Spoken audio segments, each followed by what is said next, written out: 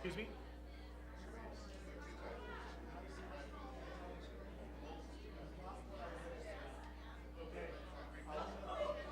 I'll figure it out.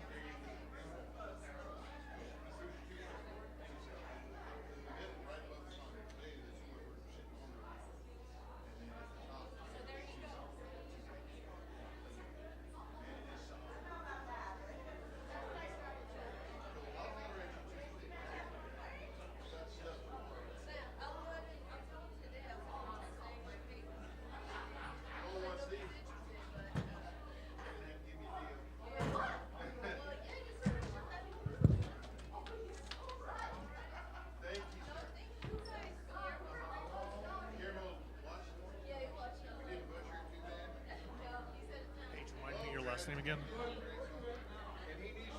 Test, test, test. Hey, everybody.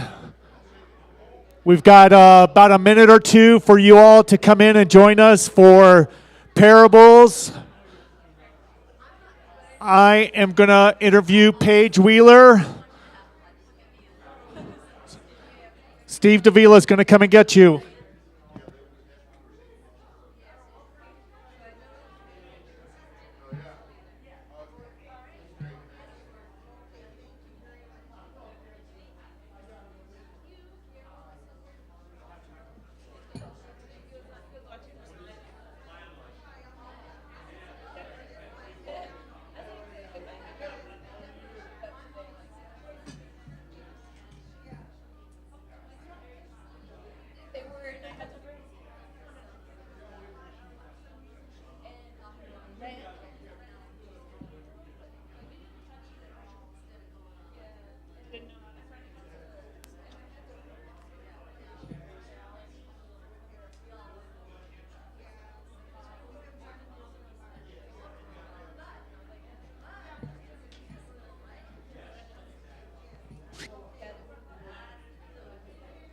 Okay, folks, if you can make your way to the sanctuary for Parables, we'll get started here real quick.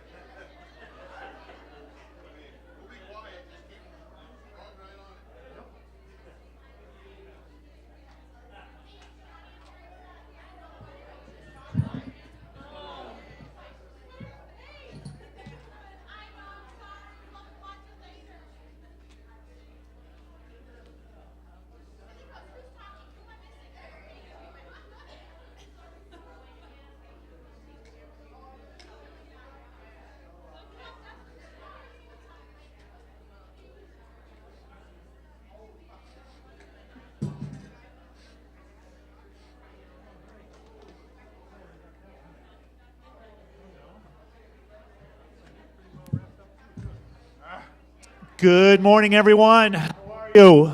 Pretty good. How are you, Stuart? I was a little shocked. I didn't expect you to be everyone. Of course I'm everyone. Who else would I be?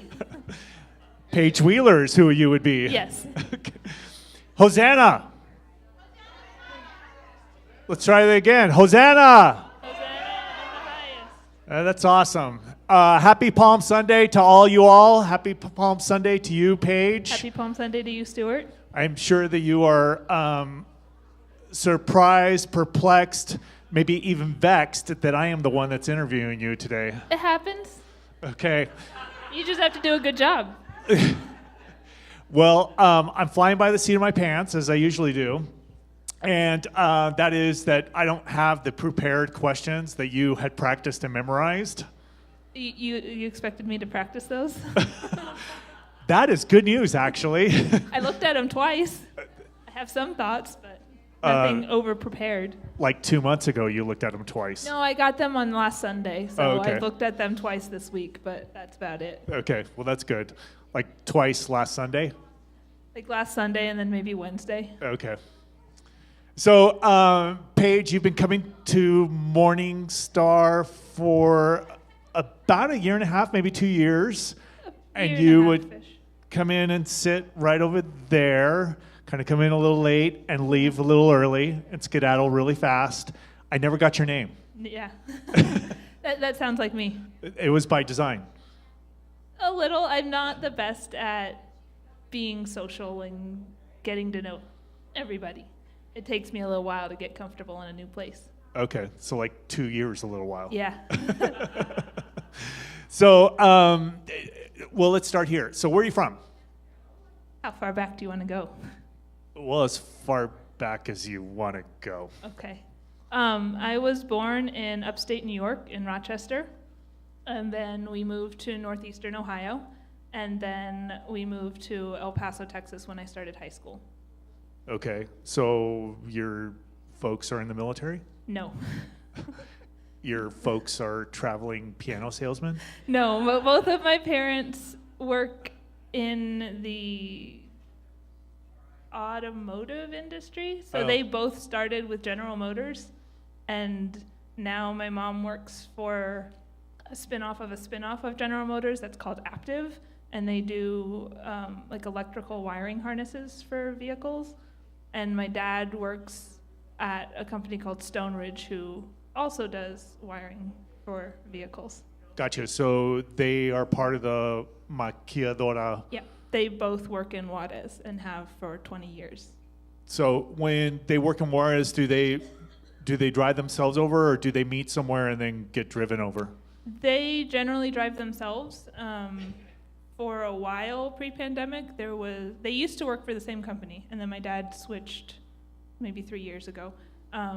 So they would carpool, drive together unless there was a stupid early meeting or something, and then also carpool with a couple other people who lived near us that also worked at the same company. But I don't know that carpooling has started up post-pandemic yet.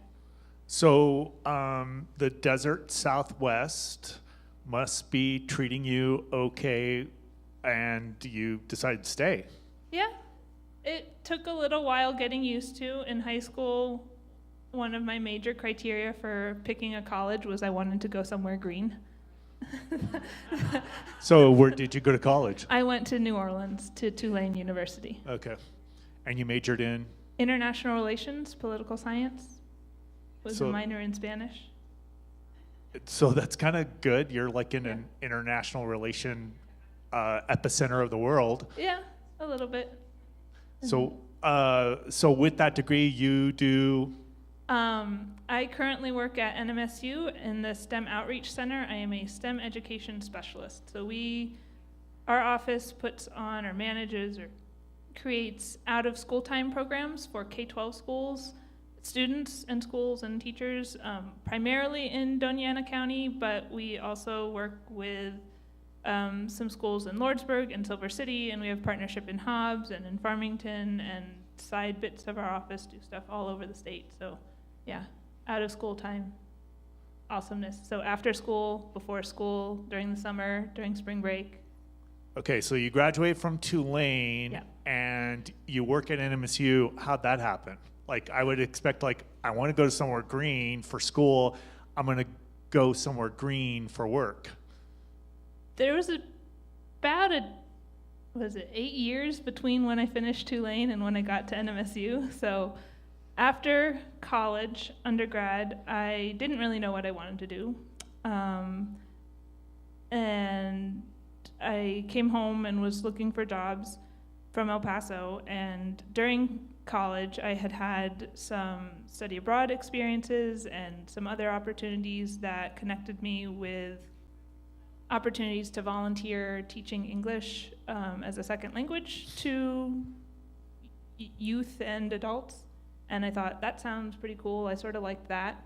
So I got a certification in teaching English as a second language, and then got a job in South Korea teaching English to kids, and went there for 3 years.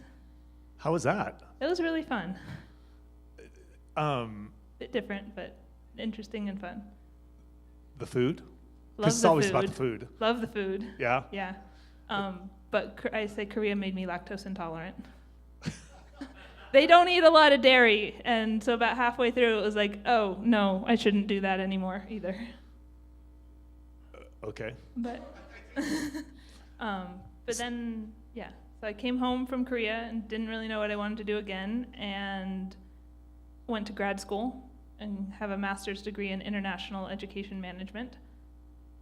Where did you go to grad school? The Middlebury Institute of International Studies at Monterey, California. Just a mouthful. Yeah. Okay, so then you go to Monterey Yeah. and go to graduate school. Yeah. And you live in one of like most beautiful, most expensive Yes. places Very in the world. expensive. Yeah. Decided I did not want to stay living in California. Yeah, but just, I mean, Monterey, Big Sur, Carmel, just like crazy. Very pretty. Yeah, very pretty and like crazy expensive too. Yeah. So, okay, so you graduate from the mouthful of international business and whatever. Miss. MIIS, Miss. So you graduate from Miss and you come back. And I come back and I'm looking for jobs again, and the position at NMSU opened up, and it's not international focused, which is what I am interested in. How do we connect with different people around the country, around the world, from different cultures, different backgrounds, sort of through my degree is like study abroad or international students coming to study in the US. But I was really interested in what we can do at the K-12 level, because sometimes if you just get to college and then find out about study abroad, you don't have enough planning and time to get there. So like, how can we start that earlier with K-12 kids?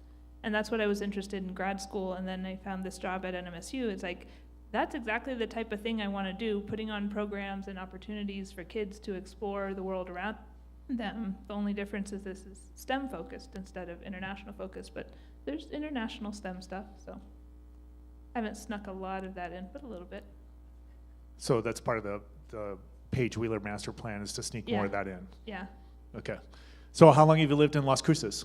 I moved here in the fall of 2021, so I came to Morningstar pretty soon after I moved. Okay, so when you get this job at NMSU, you're like, I'm going to go all in and not commute. I'm going to move to Cruces. No, I commuted for about a year and a half, and then the pandemic shut everything down, and then I lived with my parents for a year, because it was like, let's not move to a new city and be all alone in an apartment with nobody else around. That seemed like a not good idea. Okay. So I worked for NMSU for about 3 years before I moved. Gotcha. Okay, so you're now here in the shadow of the Organ Mountains, which, having grown up in the shadow of the Franklin Mountains, I will say this, the Organ Mountains are more beautiful. I can't see them as well. I had a really good view of the Franklins from my house, or from my parents' house. I don't have a view of them at all from my apartment here. It's sort of sad. Yeah, but you have a view of them as you drive around town. That's true. So, and, you know, especially on campus when you're walking around, bing, Yeah. right there. Okay. Hear me now, believe me later. Okay. Okay. I'll keep my eyes open for them. So, I get it. Like, you move here in high school and the start of high school, and that's rough. That's rough. And then like a huge move cross country. But there must be something that you and your parents love about the desert Southwest and about El Paso and southern New Mexico, because like El Paso is almost like a city state unto itself. It's just way out there in Texas. But what is it that you love about this area that keeps drawing you back? I don't know. I like being close to family, which is sort of weird because my parents are here, but the rest of my family is pretty scattered around the country. Extended families all over the place. But I just got used to it, and it's friendly people, it's a good community. The opportunities were here, so why not stay? So, so you said that you had lived here for a while, and then I guess you decide one Sunday, I'm going to go shop for a church. I had been here for about a month before I found Morningstar. But yeah, it was important to me to find a church pretty soon after I moved here. I had tried university United Methodist because they popped up quickly when I was searching for stuff. And I tried them one Sunday, and it's a fine place. It just didn't feel like a good fit. And then somebody there had said, well, here's some other places around town, and they mentioned you guys. And I came here like the next Sunday, and it felt like a much better fit. More engaging, more lively congregation. I like the preaching a little bit better. Okay, well, that's good. That's And then I just kept coming, and here I am. So here you are. You're in the band. I am. Today you are the band. Yeah. Or you were the band because you're not singing at the next service. But so tell me a little bit about your faith journey. Like, how is it that, because for all intents and purposes, you're the generation that doesn't go to church. Yeah. So for you, must be super important because you keep coming, and for a long time you kept coming by yourself because you didn't know anybody else, and now you know everybody else, and so you have people to come, hang out with. Tell us a little bit about your journey to here. So I'm going to go all the way back again. I was baptized in the Episcopal Church and grew up going to church every Sunday, did church camps, did a lot, it was a big part of, yeah. To start Episcopalian and then become a Methodist? That's the way to do it? Yeah, okay. Yeah. So Father John, that's his endorsement right there. Start Episcopalian, then become a Methodist. Yeah. So I grew up going to church. When we moved to Ohio, my parents decided that my brother and I were going to go to the Catholic school instead of the public school. I guess they thought the academics were a little bit better, so I went to Catholic school. Actually, back up. We didn't know, when we first moved, they didn't know where we were going to live, so I went to a Baptist school for a year. And then we knew where we were going to live, and then I went to the Catholic school for, how many years? 6 years? 3rd grade through 8th grade? 5. 6. Yeah. No, 6. Oh. 6. 2 in elementary and 4 in middle. Gotcha. So I got a bit more religious education there, but was still going to the Episcopal Church on the weekends and summer camps and all the other stuff, and youth group, and then we moved to El Paso, and we did a bit of church shopping, and we visited some Episcopal churches and some Presbyterian churches and some Lutheran churches, but the Methodist Church, Western Hills in El Paso, really felt like a good place. They had a good youth group. They had nice opportunities for my parents to get involved, and so that's where I went. Was confirmed there, and yeah, and then when I got to college, there was a Wesley Foundation at Tulane, and I did go like once early on, and then I was like, I'm in college, I don't have to go to church every week, and so I didn't for most of the first semester, and then around Thanksgiving time, it was just like, something's missing. I don't know what, but something's not right. Something's missing. So I went back, and I was like, okay, now something's not missing anymore. And so church has been important for me since then, and I've tried to find someplace everywhere I go. Gotcha. And that's become sort of the Methodist because I've gotten used to the communities, and it's a very welcoming place. But when I was church shopping in Las Cruces, I was like, okay, I'll start with the Methodists because I'm happy with what they are. But if that didn't work out, I'll start looking. Not so much the name on the building, but the people inside. And I like the people inside here, so I'm staying. So you want to say that one more time, please? It's the people inside, not the name on the building. And I like the people here. I think they kind of like you too. So we touched about like that you were kind of like the church mouse, come in, skedaddle in, skedaddle out. Like I mean, like you figured me out quick. You blew right by me coming in. You blew right by me going out. Like you wouldn't even. I'd be like, hey, and you just keep walking. So you figured out that like my job was to connect people, and you're like, I don't want to be connected right now. I'm connected enough. And so finally, you get into the band. You Yeah. start with the band, and what I else? snuck in there too. Well, yeah, you did sneak. I saw you at a few practices in the beginning. You kind of come right as practice would start, and then put your microphone down and leave right when practice was. And they would talk to you too, like, "Hey, Paige," like Paige, like an echo. So what else do you do here at Morningstar? I've gotten involved with the bell choir this year, and I got involved with the missions team, and then I got involved with the Wednesday night Bible study, Bible project thing, and then I was asked to join the leadership board. So I went from doing nothing and sneaking in to being involved almost too much, it feels like.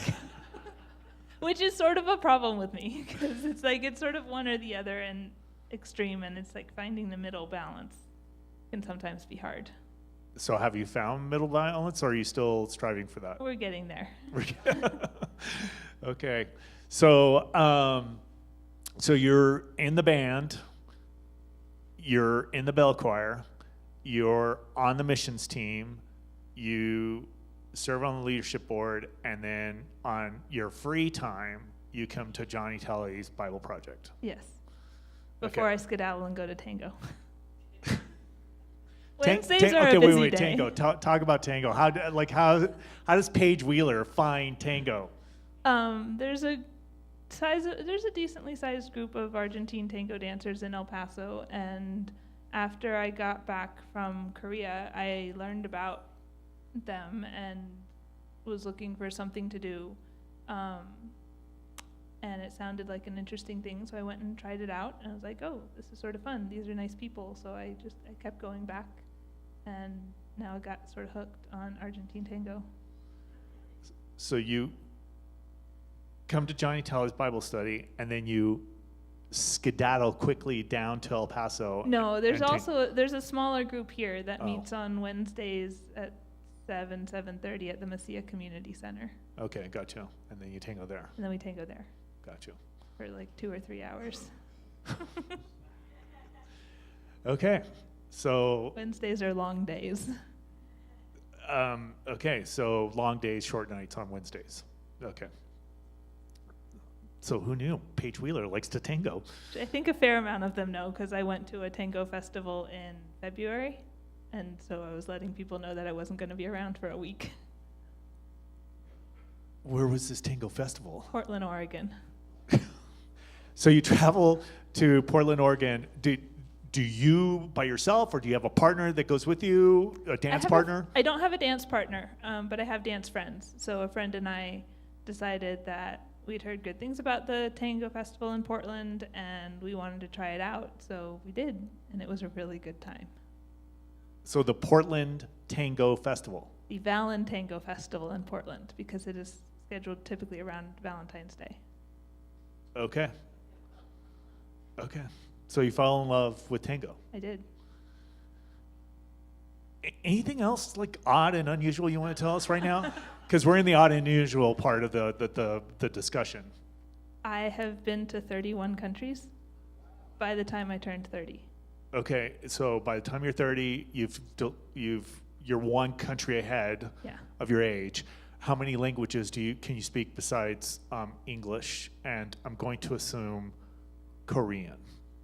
How do you define speak? Well, I'm sure that if you and I were walking the streets of Seoul and we came up upon some bad guys, I get stuck with the bad guys and you skedaddle away. Maybe when I lived there. I would consider when I left Korea, I would say my Korean was functional, but not quite conversational. But I also know a bit of Spanish. I've also studied French, German, American Sign Language, and Turkish at various points. I wouldn't say I speak any of those last four well. But you minored in Spanish. I did. Okay. Like, Spanish is fairly decent. My grammar's not always the best, but I can usually get by in Spanish. Okay. Well, that's good. I speak Spanish, so if we get stuck in the streets of South El Paso, I think both of us are safe, and Okay. we'll get out of there. Yeah.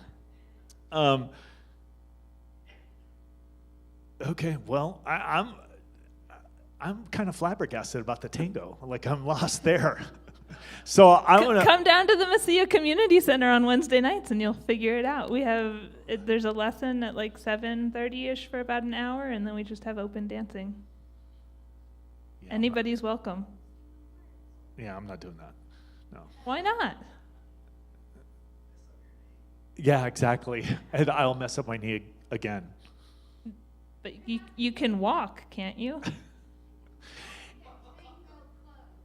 You don't have to. You can dance in whatever you want.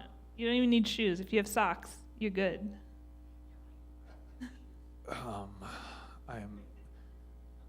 So many thoughts. So many thoughts. So I'm going to open it up to y'all. Fran's got a question. She's got her hand up. She's been waving it for half an hour. 1. Yes. I would really like to go to Turkey, and then somewhere in Africa. I haven't been to Africa or Antarctica, so those are the 2 continents that I still want to get to. So would you like to learn how to speak Turkish? That would More, be like cool. more. Yeah, there were a couple random classes when I was in college that somebody was offering on like a Saturday, and I tried to go, and then the timing just didn't work out. But We need to hook you up with Patricia Pettit. yeah, She lived there for like a big chunk of her life, 30, 20, 30, 40 years, something like that, and speaks it fluently. So you could just go get coffee and smoke Turkish cigarettes and learn how to speak Turkish.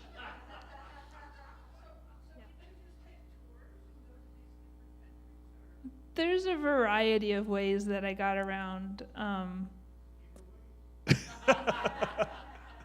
Yes, all legally.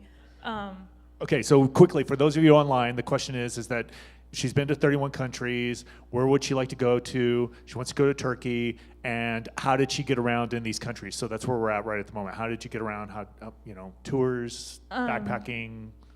Yes, a little bit of everything. So I have done sort of the group student tours that took me to a number of places in Europe. I studied abroad in college in Chile, and then on the side, a couple friends and I put together a trip. So we got over to Argentina. What else did I do? I did a mission trip to Nicaragua. When I was in Korea, I got to Japan a couple times, and we did other trips to Hong Kong, Malaysia, Singapore, Taiwan.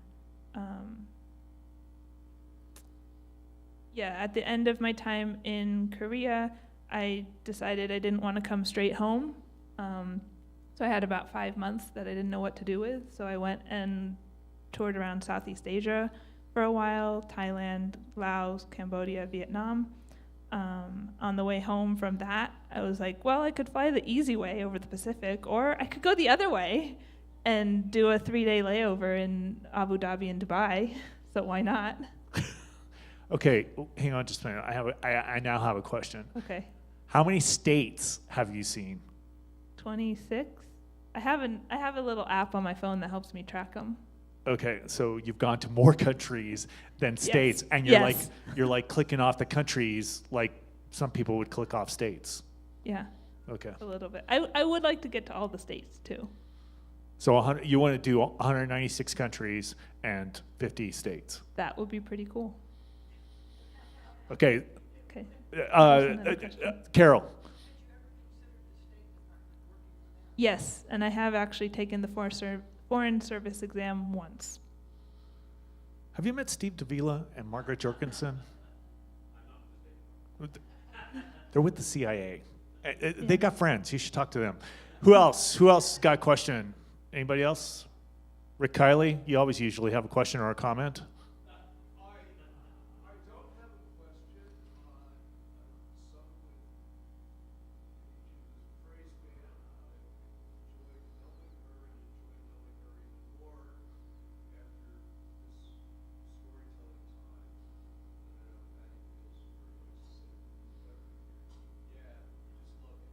Thank you.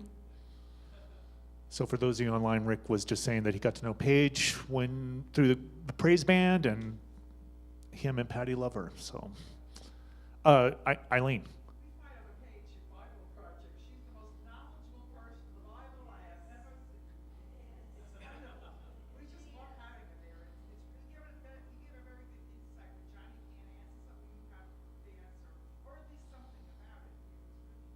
I have the cheat sheet Bible with all the answers in there.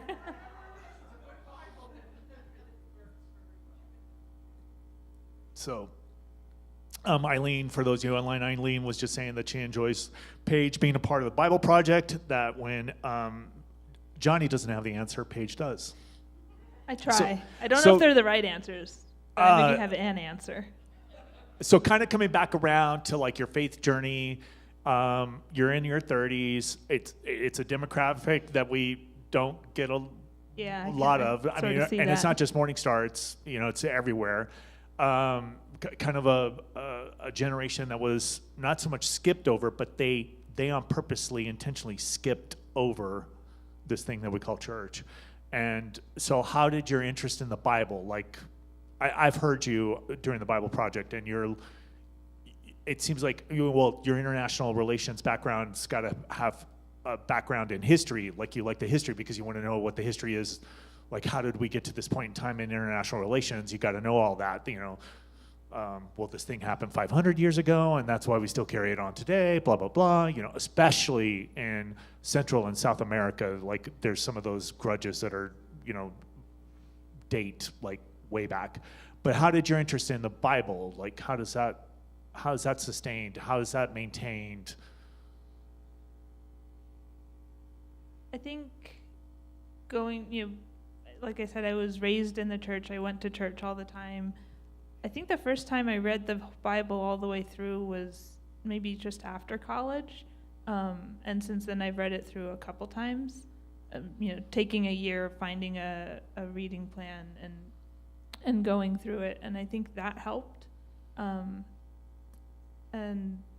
so since that wasn't so long ago, what was that like? Like after you're like, now I'm at maps and the end of the Bible, Jesus wins. Like, what was your, like when you get done with the Bible, like what was your first like conclusion of it? There's a lot in there, and it's like we say in the Bible Project, it's not all easy.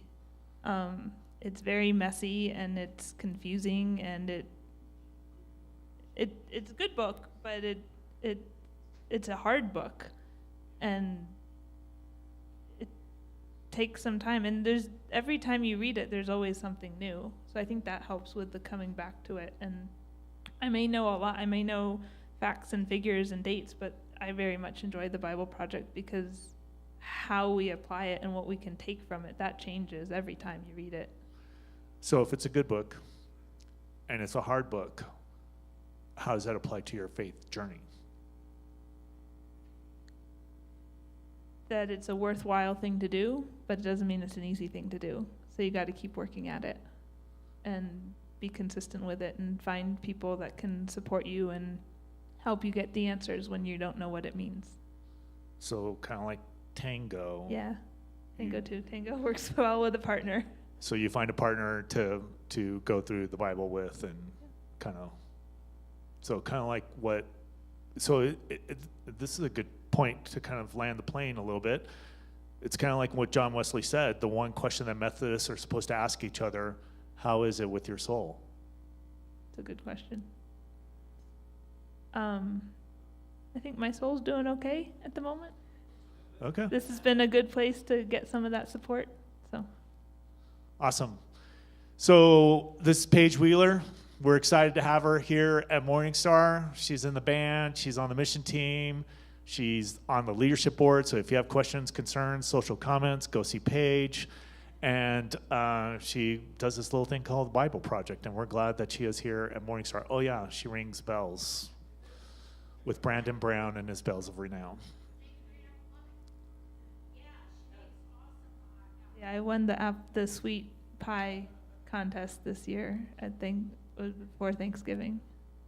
I vaguely remember that because there was a tie, and I was brought in as the resident church pie expert. It's another title I have here. I remember, yeah, it was delicious. I'm not a big apple pie fan, so. I won't hold that against you. Okay. Do you bake any other pies? No, apple's sort of my go-to for pies. Okay, maybe Because it's a really easy recipe. as you stretch yourself out, visiting all other places of the world, you can come up with another pie that I will remember more. Okay. Okay. Hey, it's Paige Wheeler. Give her a hand.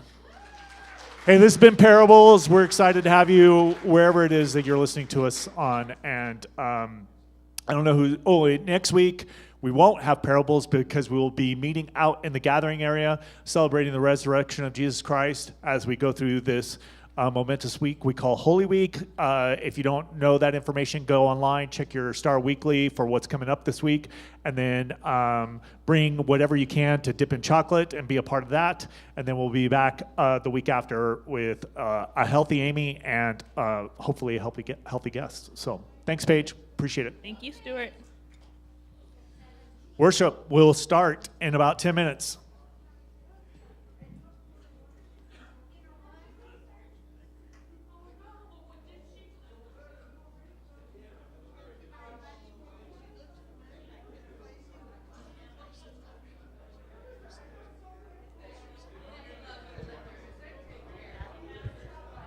Okay.